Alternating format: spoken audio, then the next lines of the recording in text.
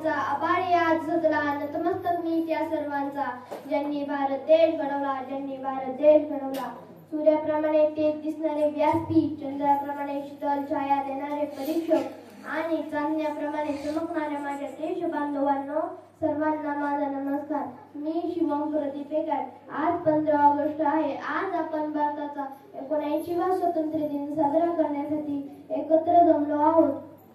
सर्वप्रथम सर्वांना स्वातंत्र्य दिनाच्या हार्दिक शुभेच्छा। आज 15 ऑगस्ट 1947 रोजी आपला भारत देश स्वतंत्र झाला। 15 ऑगस्ट हा आपला सन्मानाचा व अभिमानाचा दिवस आहे। या दिवशी आपला भारत देश इंग्रजांच्या गुलामगिरीतून मुक्त झाला। आपल्याला स्वातंत्र्य सहजासहजी मिळाले नाही। स्वातंत्र्य प्राप्तीसाठी अनेक वीरांनी आपल्या प्राणाची आहुती दिली। स्वातंत्र्यानंतर आपल्या देशात कृषी विज्ञान व तंत्रज्ञान साहित्य खेळ इत्यादी क्षेत्रात चांगली प्रगती झाली।